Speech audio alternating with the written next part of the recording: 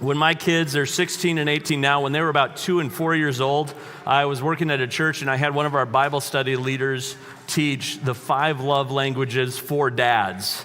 And I did that completely selfishly so that I could learn, how to parent and be in that way. And there were 2 really huge concepts I picked up from that class. One is that the emotional needs of each of your kids is like them having a love tank, if you've looked into that concept. So they need that love tank to be filled. And as they grow and get bigger, that means their love tank, their emotional needs grow and get bigger. And so it's kind of the opposite of maybe how some of us were parented, where you say, well, they're getting more independent, so let them out more. Actually, kids, as they grow into their teenagers, they need more input, more complicated input.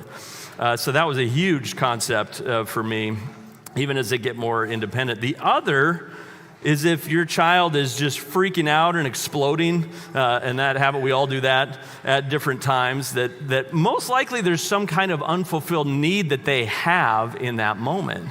So again, my kids were 2 and 4. My son was 2 years old.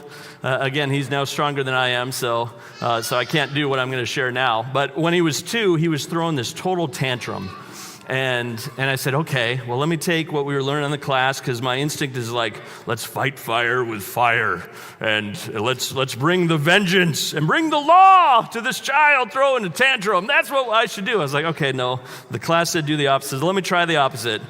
So he's throwing a tantrum, and I just picked him up and held him. And he was just wailing on me, and he's so upset. And then the blows were getting less. And pretty soon he just took his little head and put it down on my shoulder. And that changed how I parented after that.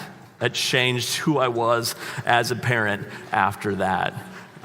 Trying to lead with grace. Kids still need the law, they need the correction, they need to reminder of there will be consequences for things that happen. But Jesus leads our lives with grace, and we can lead in our kids' lives with grace as well.